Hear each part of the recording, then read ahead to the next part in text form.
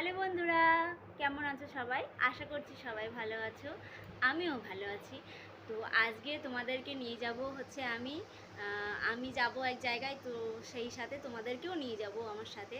তার মানে আমি ভিডিও করব, যেহেতু সেই ভিডিওটা তোমরা দেখবে, তো তার মানে তোমরাও যাচ্ছ আমার সাথে। তো আজকে যাচ্ছি হচ্ছে আমার আধার কার্ডে একটু প্রবলেম হয়েছে, তো তার জন্য আমার ব্যাংকে যেতে হবে। তো ফার্স্টে আমার সাইবার ক্যাফে যেতে হবে, তারপরে যেতে হবে ব্যাংকে। তো ব্যাংকে যাওয়া মানে বাজারে যাওয়া, আমাদের বারাসাত বাজারে যাওয়া। তো আমি একা একা যাব না, আমি সাথে করে আমার বাবাকে নিয়ে যাব। তো তার জন্য রেডি হয়েছি। রেডি আর কি, আমি তেমন রেডি হই না। আমি যেখানে যাওয়ার কথা বলে, ধরো আমার কোথাও যাওয়ার হলো, আমি কিন্তু ঝটপট রেডি হয়ে যাই। আমি সাজিগুজি না, তো সেই জন্য আমার ঝটপট রেডি হয়ে যায়। তো এবার যাব, বাপের বাড়ি যাব। বাপের বাড়ি ওখান থেকে বাবাকে ডেকে নেব, ডেকে নিয়ে বাবাকে সাথে করে নিয়ে যাব, কারণ বাবা একটু বেশি বুঝবে। তো চলো তাহলে, তোমাদের সাথে শেয়ার করতে থাকবো সব কিছু, দেখতে থাকো, ঠিক আছে? তো সাইবার ক্যাফ থেকে সমস্ত কাজ মিটিয়ে ওখান থেকে আমরা চলে গেছিলাম ব্যাংকে। তো সেই ভিডিওটা আর করা হয়নি, কারণ হচ্ছে ভীষণ জ্যাম ছিল রাস্তায়। সেটার কারণও তোমাদেরকে বলছি কেন জ্যাম ছিল। তো সাইবার ক্যাফে ফার্স্টে যখন যাই, তখন গিয়ে একটা ওখান থেকে রিসিপ্ট দেয়। তো রিসিপ্টটা নিয়ে আমরা ওখান থেকে চলে যাই হচ্ছে, ওখান থেকে বলে দেয় যে বরোদা ব্যাংকে যেতে হবে, ব্যাংক অফ বরোদা। তো বরোদা ব্যাংকে যাই বাবা আর আমি। ফার্স্টের দিকে চিনতে পারছিলাম না, বুঝতে পারিনি, এতদিন জানতাম না যে ব্যাংক অফ বরোদা আমাদের বারাসাতে কোথায়। তো ওরা বলে দিল, তারপরে সেই হিসেবে আমরা গেছিলাম। তো গিয়ে তারপরে কাজ মিটিয়ে এই যে আমরা বাড়ির দিকে ফিরছি। তো আমি মেন যে সমস্যাটার জন্য আমি গেছিলাম, সেটা হচ্ছে আমার আধার কার্ডের সঙ্গে আমার ফোন নাম্বার লিঙ্ক করা ছিল না। যেহেতু ফার্স্ট যখন আধার কার্ড হয়েছে, তখন তো আমি ছোট, অনেকটাই ছোট। তো সেই সময়ে আমার আধার কার্ড করা, তো সেই সময় তো কারোরই ফোন নাম্বার লিঙ্ক করা ছিল না। তারপরে অনেকেই লিঙ্ক করেছে, আমারও শুনেছি মাঝে লিঙ্ক করেছিল, কিন্তু আমারটা হয়নি। সেই জন্যে আমার লিঙ্ক করানোর জন্যে আমাকে যেতে হয়েছিল। তো এই যে দেখতে পাচ্ছ আমার বাবা ড্রাইভারের সাথে কথা বলছিল, টোটো ড্রাইভারের সাথে। তো আমার বর আগে শুনে এসেছিলো যে আগে সাইবার ক্যাফে যেতে হবে।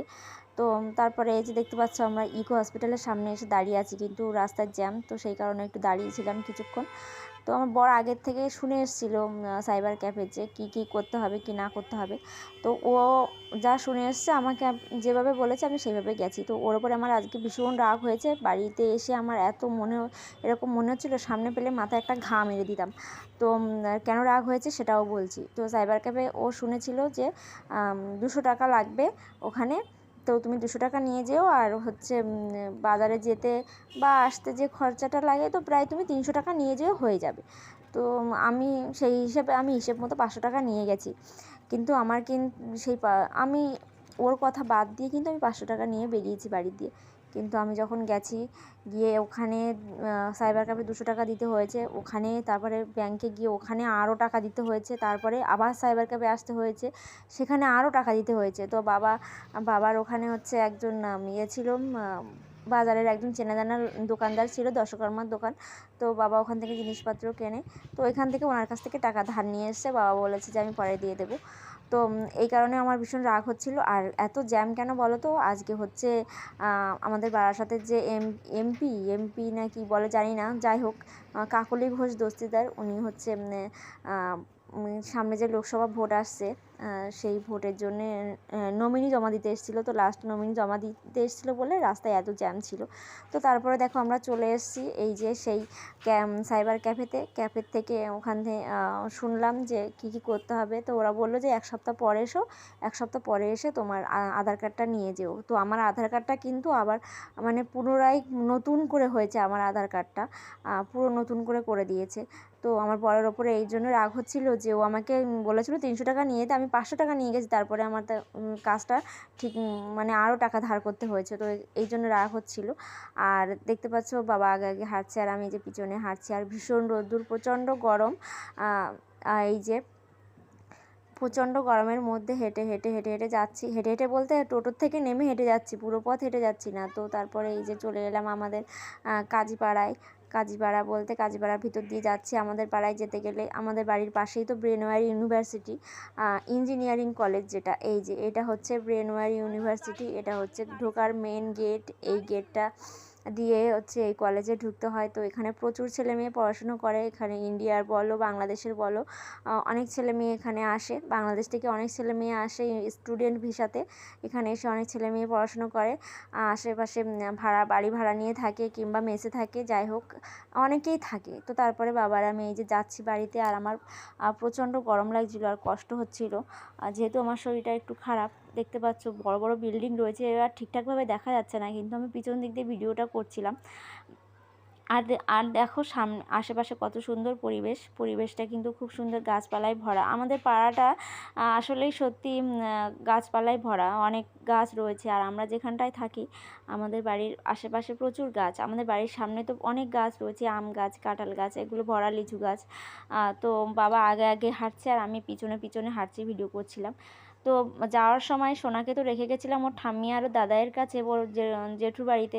তো বাবি আর ওর বড় মা বাড়িতে নেই, তো সোনা খেলছিল, তো আমি ভাবলাম যে যাওয়ার সময় দেখা করে যায়। তো ও খেলছিল ঘরের মধ্যে, আর মা এই যে বাইরে কি করছিল, এবার আমি যেই কথা বলেছি সেই মা হেসে উঠেছে, আর ও ওদিক থেকে বুঝতে পেরেছে যে আমি এসেছি।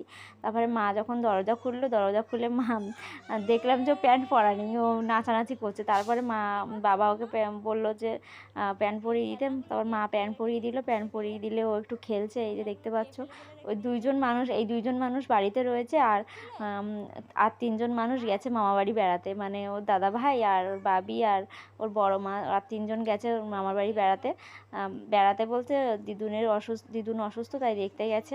আর এই দুইজন রয়েছে বাড়িতে, দুজন মানুষ ওই মেয়েটাকে সামলাচ্ছে সারাদিন। তো এই যে আমি এসে একটু ভিডিও করছিলাম, আমি বললাম যে আমি সোনাকে যা বলছি, সোনা আবার আমার কথা শুনে শুনে তাই বলছে। ঠিক আছে, হাই বলো, হাই বলো, হাই হাই। ভালো আছো? ভালো আছো? তারপরে যাই হোক ওকে অনেক বুঝিয়ে বাজিয়ে ওখান থেকে বাড়ি চলে এলাম। বাড়িতে তো আমাকে আসতেই দেবে না, আমার পিছনে লেগেই রয়েছে, দুবার করে বাড়ির থেকে বেরিয়েছি, তারপরেও পিছন পিছন আসার জন্য খুব জ্বালাতন করছে। তো এই যে এসে শুয়ে পড়েছি, অনেক কষ্ট হয়ে গেছে, যার কারণে বাড়িতে এসেই শুয়ে পড়েছি। বিশাল কষ্ট হয়ে গেছে, আর বাইরে ভীষণ রোদ্দুর, দুদিন বৃষ্টি হয়ে এত গরম দিচ্ছে আবার, তো সেই কারণে বাড়িতে এসেই শুয়ে পড়েছি। তো আজকের ভিডিও এই পর্যন্ত। ভিডিও কেমন লাগলো তোমরা অবশ্যই কমেন্ট করে জানিয়ে দিও, আর ভিডিও ভালো লাগলে একটা লাইক করে দিও, ইচ্ছা তোমরা কি করবে। তো কেমন লাগলো ভিডিওটা অবশ্যই কমেন্ট করে জানিয়ে দিও। ভালো থেকো সবাই, সুস্থ থেকো, টাটা।